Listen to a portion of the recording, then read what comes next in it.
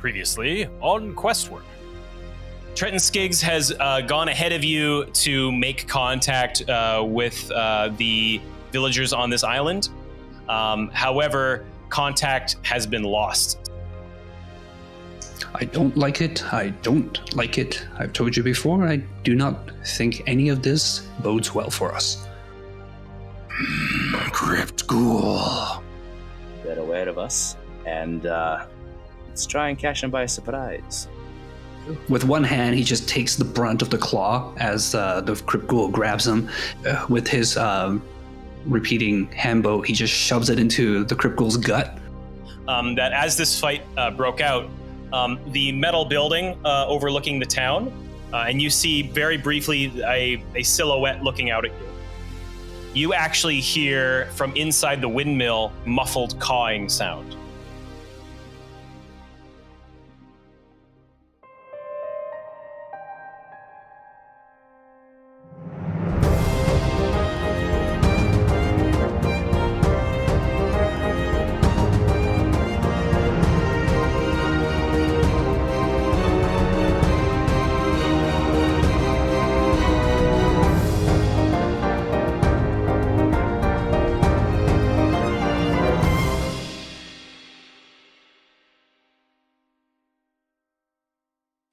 Okay, that's not what I expected.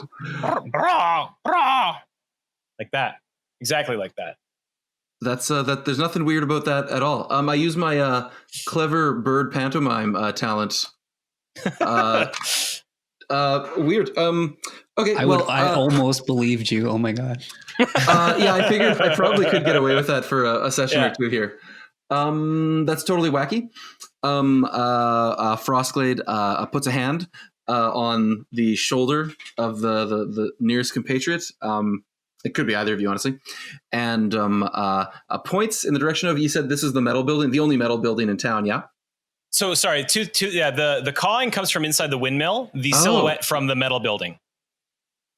Oh wow! Is there any idea what the metal building is? All right. Not quite sure how to react here. Okay, well, first of all, definitely thinking we need to deal with what's in the mill, assuming something else is in the mill. So at this point, Frostglade is going to make good on his original plan. Puts his hand on the shoulders of both of you guys. I love that visual. Yeah. Yep. And says, so you'd have to lean down too, quite a bit. Leans really close and says, "Me go in." What's that, Frosty? Trouble at the mill? Yeah, Frostglade just kind of nods. Yeah, he looks momentarily annoyed, but he's like, yeah. And then he bends way down and shoulders his way into the mill and looks around with his eyes. Stands up. You see, and fortunately that Okri did not suck all the air out of this room. You see along the back in a mesh sack, you see a small golden retriever sized creature you actually recognize as a griffhound. It basically has the body of a kind of like a big cat, but the head of a eagle. Explains the cawing. This one a good boy. Yeah, this one in particular, you actually recognize from being part of your larger collective. Is it Trent? It is him in the flesh. It is actually Trenton's griffhound named Franz. It is nice. It's back half. But Frostglade actually thinks it's Trenton. Yeah. This is our emissary right here. It is. It's been kind of against. It's actually. In a mesh bag, and you notice around it there are several other bags filled with severed limbs. Oh my! So I clearly just leave and close the door. No, Frostglade keeping just a wary eye out. Although this is probably the only thing he cares about. I did get numerous awareness successes as I walked in, but this is the most important thing. He heads straight for Franz and leans the scythe against the wall, pulls out a dagger, and very carefully extricates the griffhound from the sack. So Being 12 feet tall, what's your dagger like? Is it just like a short sword? Yeah, it's a really big sword. I would suggest. It's a bastard sword. So I'm confused. You're fully like just a tree person. Like you're not wearing clothes or carrying bags or anything. Like, where do you? Oh yeah, no, he's got a bandolier. He's got a backpack. He's suited up to go on a nature hike. He's a working tree. And all your limbs are hollow, and you just store them inside. Yeah, pulls it out. No, he's wearing a kind of clothing, but it's all very utilitarian for carrying his many gear. It's all natural. Yep. Right. As you cut the bag open, Franz, once that bag starts to open, claws his way out and makes a beeline for up on these shelves, and is as he does so, knocks a bunch of pots out of the way, and it looks kind of back at you and hunches itself into the corner. Okay. I'm assuming these guys would probably be in by now. Oh, they're easy there. If they want to, yeah. Easy there, friends. It's us. Yeah, I'll walk in with you. I'm going to use my animal friend talent, which just makes me better at calming things down. Though I do know inherently what's stressing an animal, but I'll probably have to roll beast handling to calm him down. Yeah. Mm-hmm. Handle that beast. Yep. I think given that you do have a past relationship with Franz, I'll let you define what that is like based on the fact he's part of your crew. I would say a 4-2 check. Okay. Ooh, not the easiest.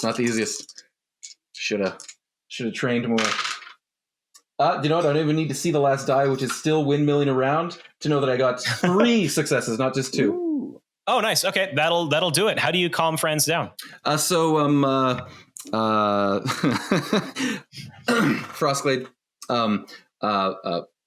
sort of turns to the side and gets really down as low as he possibly can, which is still probably like 7 feet tall, but gets as close to the ground as he can and doesn't make direct eye contact and just makes a really soft, almost a purring sound coming from deep in his throat as he very slowly approaches Franz without looking at him, and then allows Franz to engage with him. And Franz has like hawk talons, you said?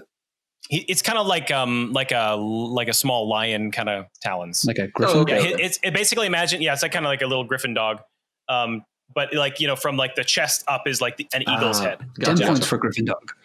Nice for griffin dog. Cool. At that rate, then Frostblade would eventually scoop him up with a ridiculous amount of gentleness for a creature my size, and I would make sure that I carefully carry him outside. And keep up the soft purring sounds to keep him calm the whole way. Real quick, Isaac. This is an audio medium. Could we get a little taste of that action? Yeah, of course. It's gonna sound like a. Oh. That's perfect. I like the head circulation around the microphone to get that.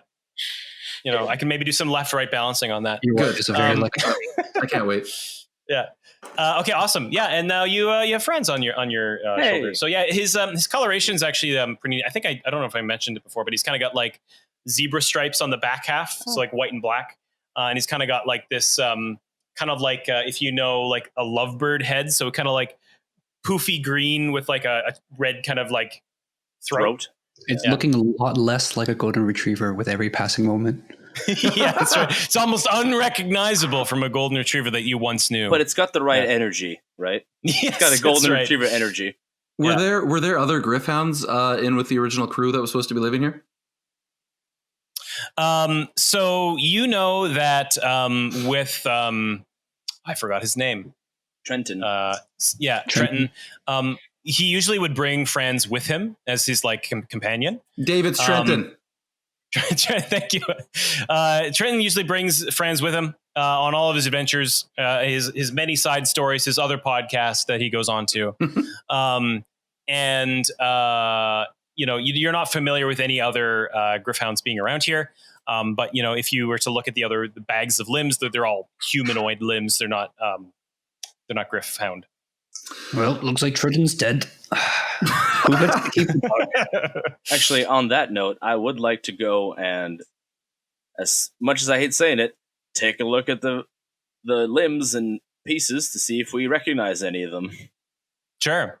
I think that's going to be maybe a survival, eh? I know that he's secretly actually just seeing they have like rings or jewelry and stuff like that. Well, I mean, it's funny. I was about to say if there's any like if there's like a ring that we recognize as like Trenton's, but now that you mention it, We forgot to loot the corpses now that I realized it. I don't think You ghouls can will do have that. much You can do that, and you can try. survival. Medicine? Oh, that's perfect. Actually, Hey. that is that's the winning ticket right there. Medicine. Yeah. So It seems they 5 died from dice. blood loss from a limb What's being that? chopped off. Yeah. I believe the limb died because the body is missing. I think they're dead. So what's the It would be let's do 4-1. okay? But it'll depend on like how good you do. Will depend on how much I can tell you. 2 6s and a 5. Okay, that'll do it. Okay, so you're pawing through all these different limbs. There's an assortment here. You got a cornucopia of limbs. Ooh. You got dwarven limbs. You got elf limbs. You got human limbs. We got all sorts of limbs up in here. We're practically giving these limbs away. Here, Crazy Ghouls Arms Emporium. You do not know Trenton is a human. Okay. You don't see any limbs that match Trenton's skin tone or build. Okay. Any rings? Yeah, sure.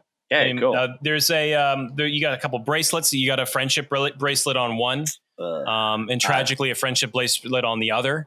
Another one. I'm gonna huck those to the side, like useless. Yeah.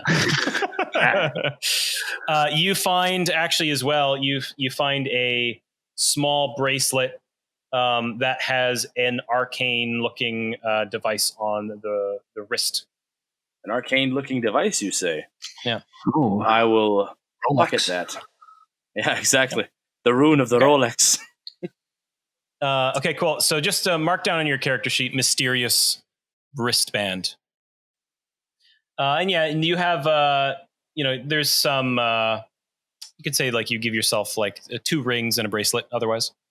Okay, do you want to cool. take the friendship bracelets? No. Okay.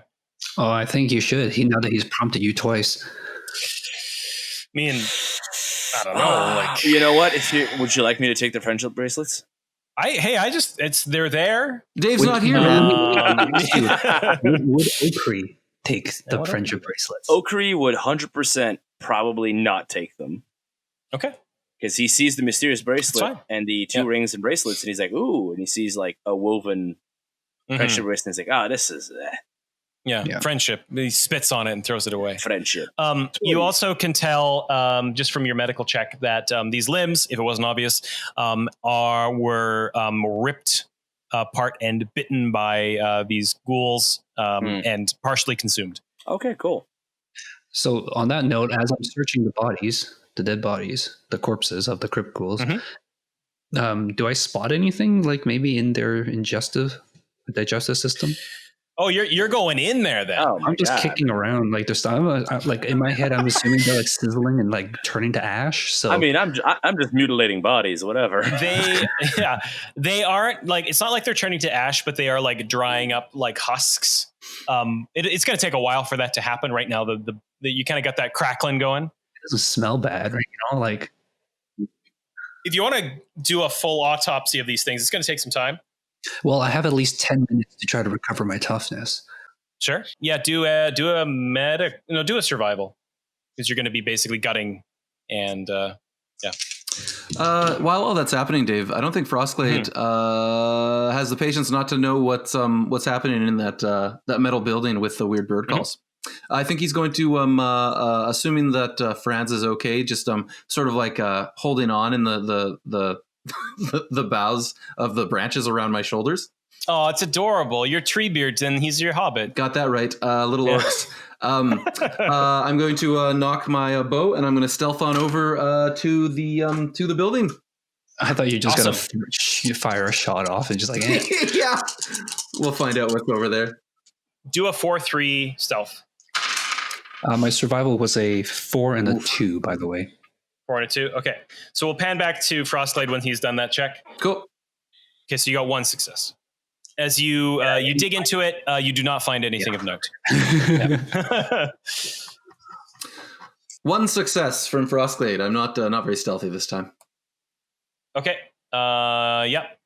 You as you make your way up, it is a fairly exposed path leading up to this metal building.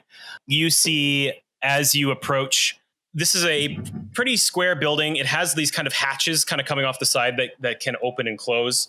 based on the needs of the occupant inside. On one top corner, facing the trail that you're coming up, you see this dome on top. And as you start making your way towards it, you see this dome. There's a slit that opens. A tube comes out of it. I'm sure it's fine, guys. I'm sure it's fine.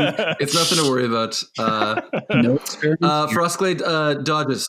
Frostglade drops prone as a free action. What happens, Sure. Dave? It tracks you. It does not shoot. Oh. Okay, at that rate, Frostglade will stand up and he'll point his bow down, not in that direction, and he'll take one hand off of it and put the hand up to actually just wait. Okay. You see, so where are the other two right now? Okri, you are basically looting during this? Yeah, well, I guess so. And I guess I kind of, after I'm done that, I kind of realize, like, where'd the three go? And I just kind of try and scamper off to where he was. Phallus is going to be spending a little while digging through corpses, so you wouldn't be around for this moment. But Okri, are you going to be following Frostglade or hang out with the autopsy boy? Oh, I'm not gonna watch him pull fingers and arms off or whatever it is that sick shit he's doing. And okay, I'm only looking into their stomachs, man. I've heard what Black Dark Corsairs do. These are bear in mind that these are pretty much humans, close to humans. Yeah. Okay, cool. So Okri, you're heading up around the trail. Actually, as Okri starts to crest the trail, you notice that the turret is watching the Kurnoth with interest. But as the Dwarden starts to come up the trail, there's a pause, and the turret kind of like pulls itself back into the dome and shuts. And a few moments pass. What do you do? Hail and well met there, sir. Hello. The front door swings, like you see, like there's this kind of hatch on the side with the I don't remember what it's called, but you know those like submarine door handles, like the big curved ones. Oh yeah. You hear like the door click and it turns like with a heavy heave, and the door is pushed wide open, and stepping out you see an older female Dwarden with a kind of like a thick leather. Kind of like a blacksmith's sort of outfit, like an apron almost. Yeah, well, like kind of like a full gown, thick leather gown. Well, it has like a bronze gorget, and leans a heavy rifle across her shoulder, and she kind of leans out and kind of like squints at the both of you. She's kind of got like a weathered sort of appearance, and she's got to be like, I don't know what old is in Dwarven terms, to be honest, like, grandma dwarf as how I would describe the age. Babushka dwarf. Yes. It's sort of like those proportions, to be honest. Like she's scraping 4 feet. You can tell that she's probably shrunk as she's gotten older. Yeah. She's got like this heavy apron, but she's got like these big mechanical gauntlets and shoes, and she kind of like trots out to you. Hello? What are you doing over here? Oh, jeez, Dave, I'm sorry, but that is shrill. That's what she sounds like. Yeah, that's your eardrums. Sorry. No, that's fair, like Fowl's all the way back at the mill here is like, what the heck was that? Come on, come closer. And in Kazalid, I'll respond like, my name's Okri Okrison, and I'm here to see what happened here in this village. This is my associate, Frostglade, and he means you no harm. I'm not too sure, to be honest. She honestly, she leans her gun against the door, and kind of like looks over to around the mill. What's your friend doing right now? Which one? She points at the one that's ripping open the ghouls. I'm just poking at them with my cutlass. Oh, not that I don't appreciate it. To be frank, I have no idea. Phallus, what are you doing? I ain't find nothing. Right. What do you got over there? You found nothing, so Did you teleport over with the party now? You're over with us? Well, I mean, he's shouting over, so I'm shouting Okay. back, but quietly so I don't wake my kid up from his sleep. Also, there might be other undead in the town. Who knows? No, now we're just shouting across the town now, apparently. I mean, we killed some ghouls. We're I fine, blame right? Okri. He started it. Yeah, exactly. Well, I'm sorry. I blame the dwarf who blew up my eardrum. In character. You lost your sense of hearing. Dave, And I blame in character, France. Dave. Hmm? In character, you have a very, very beautiful voice. She well, I want to see are you lying? In character? No. Yes. Okay. All right. Okay. He doesn't believe you. Frostblade takes a knee, a really deep, lunge, because he's got to get really low to be sort of at this Sinks lady's into level. the earth. Yeah, as deep as he can. And as is his custom, he puts a hand on her shoulder and asks, oh boy, this is going to be tough to ask in one word.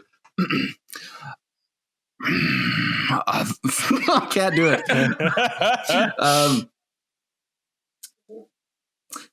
Oh, wow, that is tough. Are there others? Do an intuition check. Intuition. Yep. One success. 6. Okay. She is uneasy. You can tell with your presence, especially with you close to her.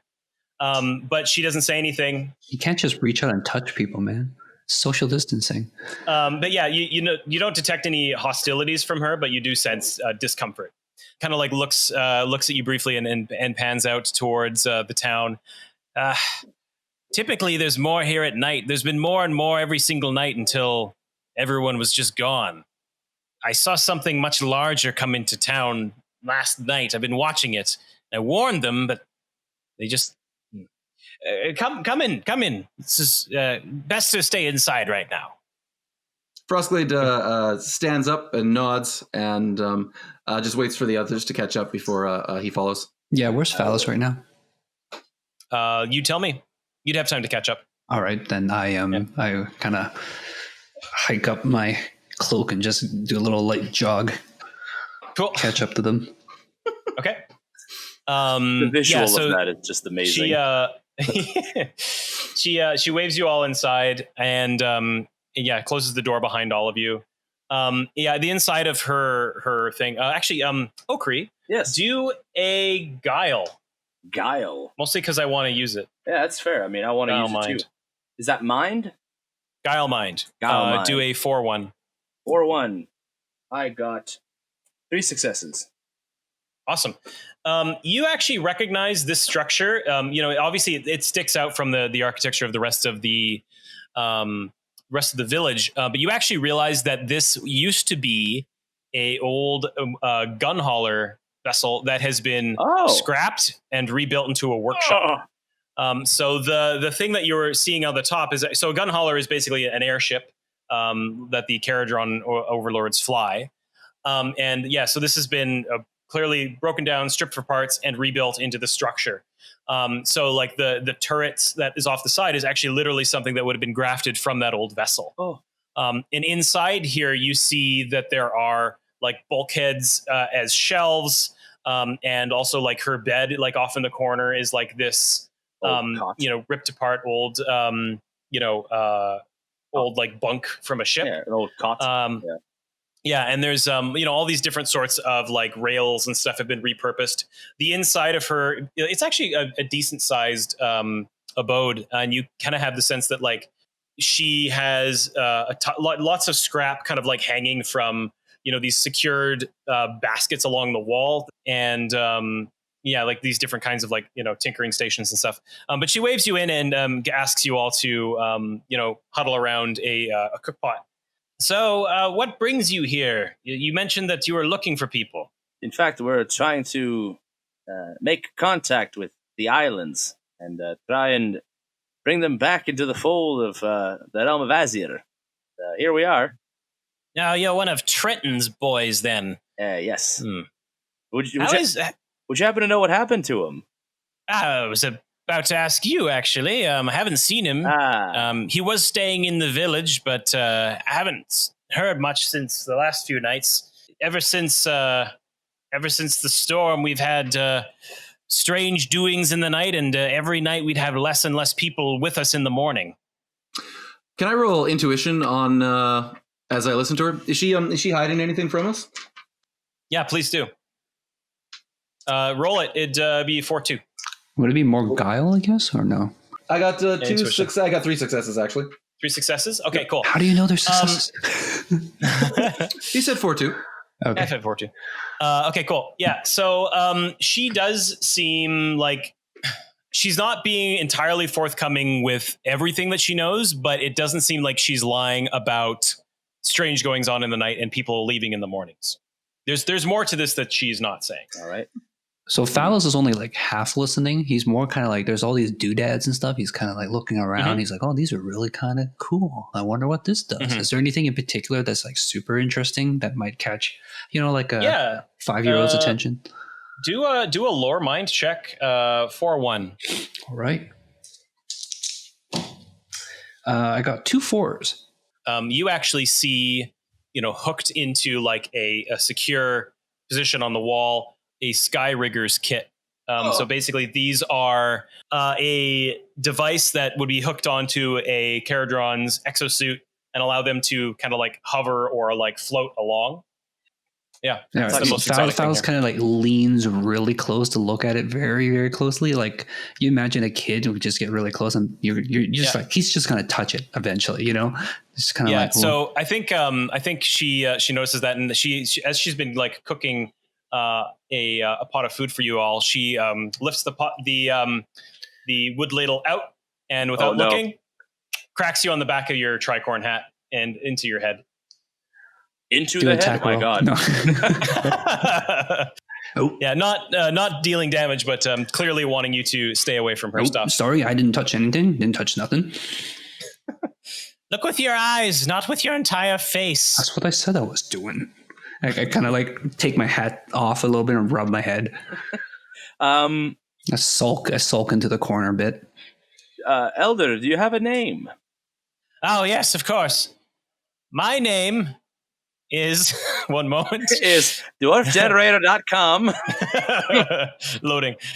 Juan, as in Juan, Juan moment. Ekram Volkrag. What skyport do you hail from? I was born in Baraknar, ma'am. Baraknar? That takes me back. What about you? Same. It's been a long time, though. Yeah? How long have you been here for? It's going on 80 years at least, lad. Like, once you come out to Slagmire, you don't often have reasons to go back. Let's just say that. Island time. I know what you mean. Once you go slag, you turn into a hag. Show some respect. I didn't say that in character. I'm just saying that as myself, as a player. No, my Phallus is just in the corner going, Okri, Ekram, just trying to like remember which is which. Nice. Wow, okay, so you're a sky rigger, eh? What happened to your gun hauler? Falling out with the crew once we got here. I will say that, there's a lot of potential with these islands, and sometimes it gets the better of weak minds. I kind of like side glance at Phallus. Hey, not book smarts, street smarts. Frostglade very slowly holds up a hand just to make sure that he's got Ekram's attention. And then yes, go ahead. Got to warm up the engine here, guys. What comes tonight? She pauses and kind of goes back to churning the soup. The bad things come every night. What? Bats, you say? She kind of like gives you like a sharp look and doesn't answer you. He looks at her right back, unblinking, and just says, "What?" She looks over at Okri, getting a little perturbed by the tree person. Batman voicing at That's our word. Now, Elder, it's okay. He doesn't hurt. He's actually quite steadfast and quite a helpful ally. What bad things do come at night, Ekram? I can try to also join in on the conversations like, oh, bats, you say. I have Silver Tongue as a talent. People oddly or fondly remember you and they greet you warmly. I have advantage opposed test when trying to persuade, deceive, or seduce. Seduce, you say? Hey. So I don't know what you want me to roll here to try to persuade her to tell us more information that she probably would tell us anyways.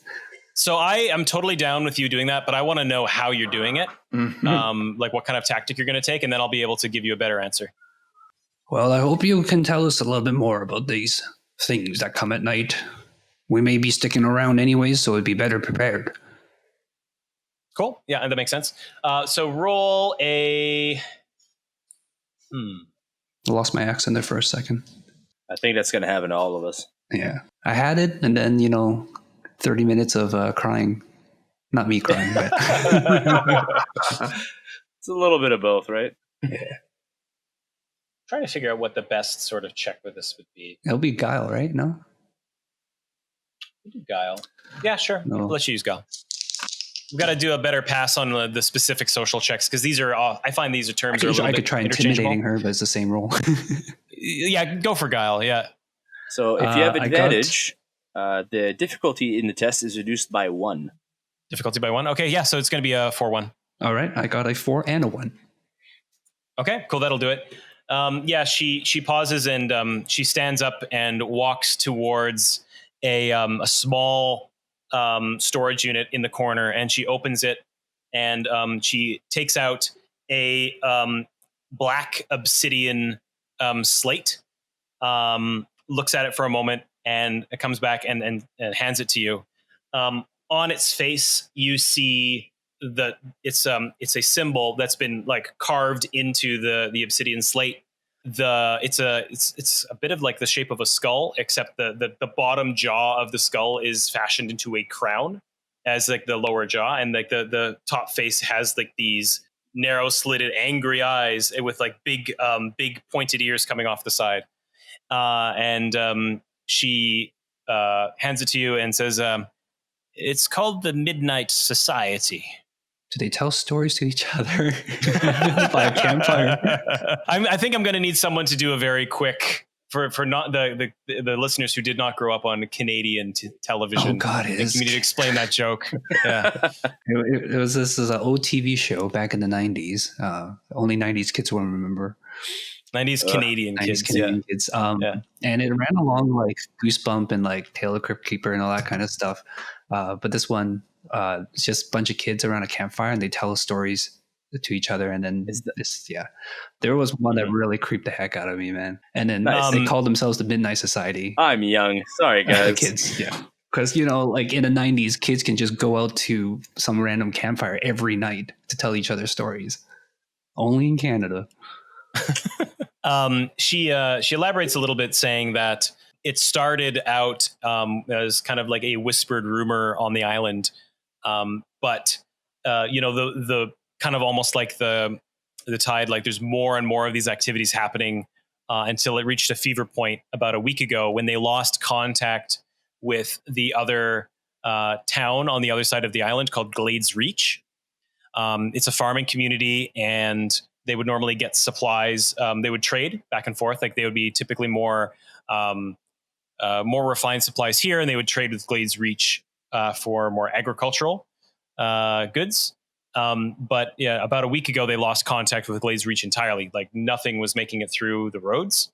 And then ever since then, every night, after a very particular storm caused their boats to crash up against the shores and basically shatter. They ever since that storm, that was the first night that these figures started coming into the town, and they would wake up the next day to find their people missing in greater and greater numbers until She says that she's the only one left. Huh. So these. Oh, go ahead. Took all the time to take that breath in. Yeah. So the things that come in the night, are they only these little ones, or anything bigger, or anything meaner than just these piddly ghouls? I haven't been able to see much from here, but there are larger than these for sure. Oh. I've heard tell of creatures that fly, but I haven't seen any myself. They've come from the north of the island every single time, but only at night. I'm not sure. I've never seen them during the day, but I've never ventured out in the village during the day just to be safe. I've been stuck here for the last few days. It seems like we'll have to go north then, boys. You're going to be all right then. You have enough food to last a while. I should be fine. I'd be more worried about the three of you lot wandering into the woods by yourselves into the Midnight Society. I think we'll be able to take care of ourselves. We've got the big tree guy, Frosty. Mr. Oakery's got his technology and know-how. And I've got my handbow here. Apparently it's more useful than anything we've had so far. Speaking of weapons, dear Elder, would you happen to have a pistol, an extra pistol lying around? I find myself short of a strap. Okay. Let's take care of this between sessions because I think we should wrap soon. Yeah, fair enough. Yeah, let me know and we'll take it offline. She would be willing to sell it to you. She has like, depending on the rarity, obviously, she'll have different levels of stuff. She's probably the most capable of getting rarer stuff, but they are still on a pretty undeveloped island. She also tells you, well, as much as it pains me to say, the longer that we don't find everyone who's gone missing, the more danger I'm afraid they'll be in. But I'll also say you don't want to go into the woods at night. Creepy crawlies. A bunch of kids telling stories around a campfire. No, that's way too dangerous. No one would do that. Where are their parents? How late in the day is it already, Dave? You guys arrived just after noon. Good question. I think with exploring and the little combat, it didn't actually take very long. I would say it's probably about like the equivalent of 3 in the afternoon now. Okay. We can probably scout out a path, figure out which way we want to go, and then settle in for the night. Right. I think that's a good idea. Try and shore up some defenses, bunker up for the night, and then start fresh tomorrow. Well, you're always the one with the plan, Mr. Oakery. Seems to be the plan so far. Akram, if you will have us, we would appreciate it if you let us hole up here for the night. But we'll go and take a look first, get out of your hair. Yeah, sure. You can come back here. I don't trust any of those windowless buildings outside. Meanwhile, I'm in a metal box. Nice. Yeah, fair. I mean, I don't understand how this appreciated. town can run without windows. I told them. They wouldn't listen. Now who's the only one left? The one with the metal windows. They deserve it. Oh, windows. All right. So we head northwards to the city, the exit of the city. What do you want us to roll? Take a look. Do a survival check. And we're making our way through the city, and we're just as noisy as possible. Yeah, sure. Of course. Whistling, singing a song. Sorry, you said nature, survival? Survival is what you said. Survival, yep. Yeah, I wasn't paying attention. I was making jokes. It'd be a 4-2 check. I got a 5 and a 3, which I can focus into a 4. So 2 successes. Okay, cool. So you see, leading north around the town, more well-worn, the one that leads north around to Glades Reach. You follow that for a ways, and I think with your tracking skills, you're able to spot a series of rather fresh game trails. So the woods have kind of been cleared along certain routes. And as you kind of get closer to it, you kind of smell bacon. You smell blood. Well, what do you make of this one, Mr. Oakery? Seems something died. We should probably go take a closer look. Frostglade, you blend in with the trees, right? Yes. All right, be a good lad. Maybe you go check it out. Let the stealthy tree man go first. Yeah, I definitely want to find out what's blood all over the place. I mean, 12 foot Cool. tall, made of And wood. there's game. There's animals to befriend. The two range guys will stay about 15 feet back. Yep, makes sense. I Okay. stealth forwards. Okay, cool. Yeah, so roll a stealth for 2. Start bushwhacking with the side. There it is. The Frostglade blade. 2 sixes, no other successes. 2 successes. 6s. Okay. So you make your way through this game trail, and as you're making your way through, you spot the occasional quite heavy footprint. It's a clawed mark you see every now and then in the muddier sections of this trail. Oh, I'll definitely kneel down and look into that and roll a nature to see what it is. Yeah, go for it. I've got a 6 and a 4 and a couple of 2. It would have been 4 too. This is this is clearly unnatural. It's got like these 3 large hooked talons, but you can tell from the way it's walking on its back legs. Okay. And you get the impression that this thing is probably the size of you. Oh, wow. Fun. Cool boy. But yeah, it's quite beastly, and you can tell as you follow the trail back and forth, it periodically will move from a slow walk into like these like sporadic sprints for like a few paces, and then it'll slow down again. It feels very erratic. Okay. Wacky. Seems like it's hunting something. Stalking, maybe. Definitely continue, and really want to find the source of the smell, but I want to stay quiet as I can as we move. Cool. Quiet as he can as he cuts through the tall grass with his knife. 4-2. Forages. No successes that time at all. That was your stealth check? You bet. Cool. You break a branch, which I think in this case is you break your foot. That's not what they mean when they say break a leg. You hear, in fact, as you do that, you hear nothing. Nothing seems to react. Do I? Someone cast silence. Roll an awareness if you want. 4-1. Oh, I definitely do. Definitely do. My awareness is strong. 3 successes. Okay. So I think it's just that. You realize that, as you're in these woods, you actually realize there's very little natural life in here. You don't hear the chirping of birds. You don't hear, cute fantasy squirrels, or anything of the like. It is deathly quiet. I don't like it. It's too quiet here. I tend to agree with this one. Don't like it at all. I still want to find this body. Mm-hmm. Smells like blood. Actually, I'll do an awareness check because I realize I actually double my training with spells. So I will, if that's okay with you, I'll be doing an awareness check. With spells? Smells? Oh, hilarious. smells. I have a very refined nose. It comes with having his nose trapped inside of a helmet most of his life. It's Exactly. just more sensitive without the helmet. It comes with my my rebreather getting me just like, I have a smelloscope essentially. Mm-hmm. And so I only got the one success. I got a 5. 5? Oh shit. Okay. Yeah, you're able to figure out the source of this. You actually spot kind of in this bog that you're kind of skirting around.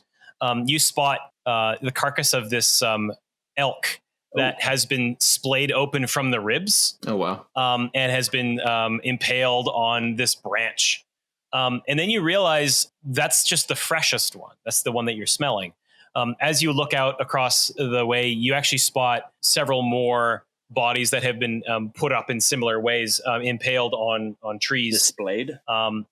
Displayed. You actually spot, as you look past that towards the horizon, you see the peak of a tower in the distance, on the far side of the island, but you see breaking through the treetops this pagoda tower in the distance. Yikes. I've seen the types of birds who likes to do this, but nothing this big. What kind of birds are those? What am I saying? That's not important. This is much bigger. Oh God. How fresh is the freshest one? That would have been the night before. Something tells me that tower has something to do with this. Well, back to camp. Yeah. Okay, awesome. And as you're heading out, one last thing for Frostglade to notice, you see a rather strange deep cut into one of the trees on your way back out. You see a single massive gash.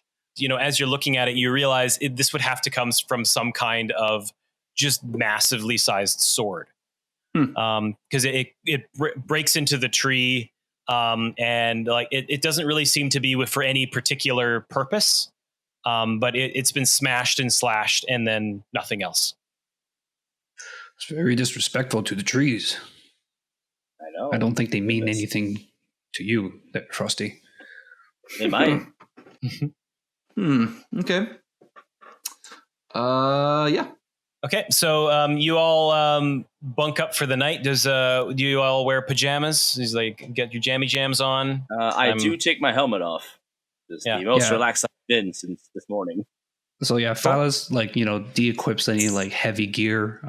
He would take his cloak and use it as a blanket and put his hat over his face to kind of block out the light. Do I sleep just like everybody else? I don't know, actually. We'll just let Frostglade take the first and only watch. Yeah. You actually notice as you all tuck in for the night, you kind of hear, like, as you're settling in, or I'm not sure if Frostglade is sleeping or not. It sounds like he's kind of staying up. Anyways, you hear kind of some rustling as Ekram grabs her rifle from a rack and starts climbing up a ladder to the turret in the top corner. And as you do that, you also see just like deep bags under her eyes as she does so. And she sits back down and doesn't say anything. Oh, Frostglade's seen this. Well, what he does, he walks over to her if he can and puts his hand on her shoulder. Oh, and then quickly, of course, removes it, but then just holds his hand out for the rifle, or assuming she doesn't react, he'll just point it himself and then point at the watchtower. Oh, awesome. Okay, cool. I think that's a good time to use a... She turns around and shoots you. Do a devotion soul. Oh, nice. 4-2. Yeah, I'll use my 4-1. Really good devotion soul talent that I have. Oh. That was a lie. Untrained, you say? Yep, this is going to be really good. Do you hear all these dice in my hand? I only need one. I fail. Okay. For a quick moment, you see her really consider your offer, and then as she is about to take you up on it, you actually hear the wind start cracking through the trees, and rain begin to hit against the metal sheets of the roof and the walls. And just as soon as you offer, she hears that and turns away from you and continues up the ladder and perches herself. But she does look down at you as you are beginning to maintain the watch. And she kind of looks at you, looks at your height, and she actually draws a pulley to open you a little slit to look out. Oh, nice. That's actually decent, as close to your height as possible. And yeah, it's evening now. It's pitch, pretty much pitch black. You just can only see the light of. Is there a moon in this world? I want to say there is. There's a moon. It's whatever you want it to be. It's a plane of fire. It's just on fire all the time. Yeah, just everything's on fire. Yeah. Actually, I think you see, as you're looking out, you see these, rain begin to fall from the sky. It's quite steamy rain. And it hits the ground and kind of hisses a little bit as it comes off of the Soulfire Sea. And you see the trees begin to sway back and forth as the rain picks up harder and harder and starts battering against the building. I want Frostglade to make an awareness check. Frostglade does so.